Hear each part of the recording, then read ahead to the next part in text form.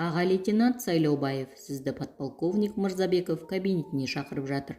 Кезекшінің екі кештің арасындағы шұғыл хабарламасы Серікті абыржытып тастады.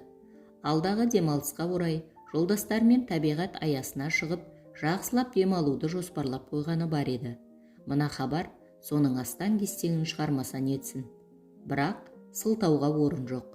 Бастық шақыртса, міндетті түрде баруы керек. Бұл ерке баланың шолжаңдығын көтеретін орын емес, нақтылықтың ордасы. Олай болса, түсіндім, деді Серік, телефон тұтқасын орнына қоя беріп. Дегенмен, неге шақыртты екен деген ойдың оғжыландай қақшаңдап бас көтергені рас. Бұған салса барғысы келмегені шындық. Сөйткенмен, бұра тартуға амалы жоқтығын түсінгенде, кейін қайтудың лажын таппағаны және белгілі. Жеп отырған нанын ақтау керек қой. Ал оны ақтау үшін бас пайдасына емес, қоғамдық мүддеге тәуелді екенін мойындаған абзал. Олай болса, 1-2-1-2-3 қадамыңды ширақ ал, аға лейтенант Сайлаубаев, деп өзін өзі жігерлендіре алға қарай аттауға мәжбүр. Кезекшілер бөлмесінің алдынан өтіп бара жатқанында, әлгінде шұғыл хабарласқан майор шеніндегі полицейге көзі түсті. Топ-толық домалаңдаған бітіміне қарамастан, құнжың-құнжың етіп өзінше бітпейтін жұмыстармен айналысудан жалықпайтын, бұл кісінің тап осы сәтте басқа уақыттарда да ешкіммен шаруасы болмайтынына қызметтестерінің бәрінің көзі жеткен. Қашан көрсең өзімен өзі. Соны есіне түсіргенде, Серіктің тап осы жанды жер бетіндегі ең бақытты адамға балағаны шындық. Өмір бойы жұмыс күнін кезекшілікке құрған бұл майор шынында бақытты болатын. Жасаңыз, жасай беріңіз, майор мырза, деді әп сәтте жоғарыдағы суреттерді көз алдына тізгенде аға әріптесіне риза болған райда жымиып қойып. Сонсын қайтадан аға лейтенант қалпына түсіп, бастығының қабылдау бөлмесінің есігін ашты. Ішке әлгінде ғана қала әкімінің орынбасары кіріп кеткен. Сіздің сәл тоса тұрғаныңыз дұрыс болар, деді іс қағаздарын жүргізетін бөлімде қызмет атқаратын келіншек сәл ыңғайсыздана. Тос десеңіздер, тоса тұрамыз да, бастықтың аты бастық. Іштегілер ұзақ бөгелді. Уақыт өткен сайын Серіктен маза жоғала бастады. Бүйтетіні бар, апақ-сапақта шақырғаны несі? Тығыз шаруа болмаса, ертең де күн бар емес пе? Тіпті мына шақырысты мүлдем кейінге шегерсе, біреу тонын шешіп алмас пе еді, деп күйінді ішінен. Сөйткенмен, назасын сыртқа шығара алмады. Шарасыздығын мойындағандай, қабырғаға жанаса қазғатар қойылған орындықтардың орта тұсында, аяғын бір-біріне айқастырған қалпында үн-түнсіз отыра берді. Әкімнің орынбасары сағат тілі 7-ге қарай ауғанда ғана бастықтың кабинетінен ырғатыла шықты. Келген шаруасы оңтайлы шешімін тапқан шамасы, жүзі жарқын, қадамы ширақ. Аман болыңыздар, деді ол, сыртқа қарай беттей бере, мұнда отырғандарға қолын сәл көтере, басын ие ишарат жасап. Саламатта болыңыз. Бұл капитанның жауабы. Серік бас изеген болды. Ішкі байланыс телефонының шірете қалғаны осы мезет. Солақ екен іс қағаздарын жүргізуші капитан көзімен жоғарғы жақтағы есікті нұсқай ымғатты. Кіріңіз дегені. Подполковник шеніндегі Мырзабеков жас сардарын жайдары қарсы алды. Тіпті орында қаққан қазықтай қаздайып отырып алмай жайлап тұрып, мұның жанына жақындаған сәтінде иығынан қаққаны өзімсінгенінен әрине.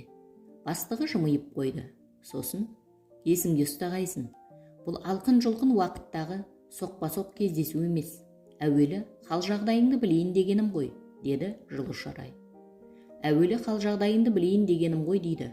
Яғни соңында салмақ бар шақырыс болды, деп түйген аға лейтенант сыр берместен, пейіліңізге рахмет, деді жайдары райда. Лауазымы жоғары жан отыр дегендей белгі берді де, қызметкері биік стол шетіне келіп отырғанда столдың қарсы бетіне жайғасты. Әкеңді көрдік. Ол кісі бізге ағамыздай болды. Талай жағдайда ақылын айтты. Қолынан келгенше жақсылығын да жасап бақты. Алдымызда сол кісідей ақылшымыз бар да біз де, шүкір, жаман болмаған сияқтымыз.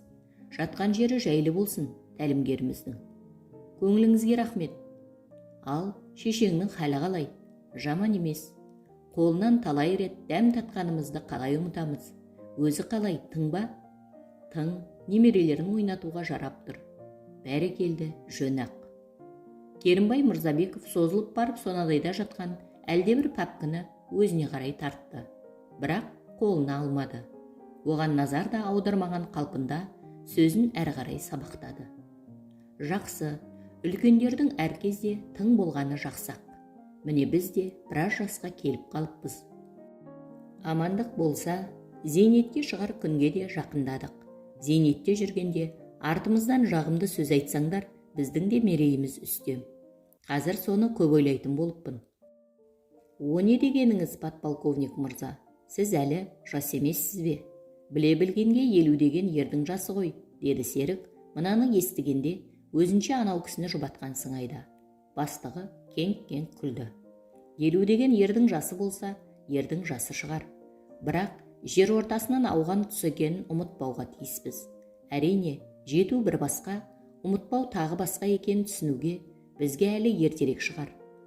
Жассың ғой, жастық жалын барда дүниені жалпағынан басатының, нәтижесінде қақсоққа көңіл аудармайтының анық. Кезінде біз де осы жолдан өткенбіз. Қайтеміз, бәрі өткен жақтың үлесінде. Бастық ойланғандай сәл аялдап, аз айт, көп айт. Қанша сықсаң да май шықпайтыннан май алам деп тыраштанғаның, бос әурешілікке салынғаның. Өткен өтіп кеткен, алдағының жөні алғы уақыттың еншісінде. Сондықтан көрінгенге бас ауыртпай-ақ қоялық. Менің тап қазіргі тұста өзіңе айтпағым мынау еді. Ол әлгіндегі папканы аға лейтенанттың алдына қарай ысырды. Серік, сен жаңа кабинеттен шыққан кісіні көрдің ғой? Көрдің әрине. Оның жай жүрмегенін де сезіп отырған шығарсың. Бір жақынының тағдыры мына папканың ішінде жатқандай екен. Осыны саған тапсырсам деп едім. Әрине, пәлен түгендеуден аулақпын. Заң бар, заң аясындағы әрекет бар. Қалғанын өзің түсініп, әрі түстеп аларсың. Құп па? Құп. Онда жолың болсын. Сеніміңізге рахмет. Сөйтіп ол, достарымен болар дулы демалысқа қош айтысқандай, бір міндетті арқалай бастығының кабинетінен шыға берген. Енді үйіне қайтуға асықпады. Бастығы берген папканы ашып, ондағы құжаттармен таныса бастады. Кеше түнде болған жұртқа жария оқиға. Жастар кешкі клубта бір-бірімен сөзге келіп қалып, арты төбелеске ұласқан. Адам өлімі орын алған. Ғажабы сонда, қылмыскер алғашында қашып кеткенде, түннің бір уағында өзі келіп полицияға берілген. Ақырында уақытша тергеу изоляторына қамалған. Мойындау хаты папкіде қаттаулы тұр. Ойланатын не қиналатын ештеңе жоқ. Істі түйіндеп, тексеріс барысын арасынан шүйетпейтіндей етіп нақтылап, анау жігіттің жасаған қылмысын дәлелдеп, құжаттарды сотқа тапсыру керек. Болған, біткені сол ғана. Бірақ істі алғаш қолға алған іс кесуші неге ауыстырылып отыр? Неге бастаған ісін соңына шейін жеткізуге мұрсат берілмеген? Бұл негізгі талапқа сай шешім емес қой. Өйткені қылмысқа қатысты жағдай 72 сағатта толық нақтыланып, іс өз жалғасын табуы керекті.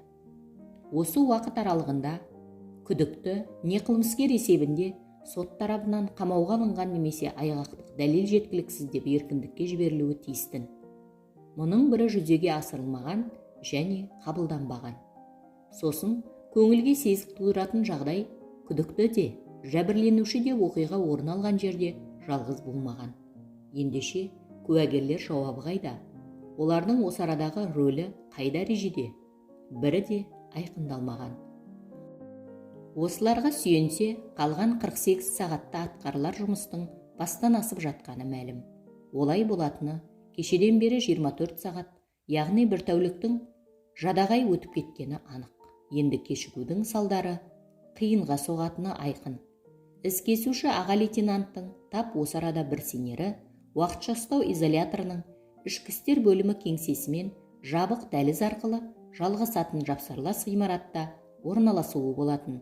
Бұл оның күдіктімен тәуліктің қай мезгілінде де жолға алуға мүмкіндігі бар деген сөз. Олай болса, не дұрыс? Осыны ойлағанда Серік қолда бар құжаттарға тағы бір мәрте көз жүгіртіп, күдіктіні тергеу бөлмесіне алдыруға тапсырыс жасады.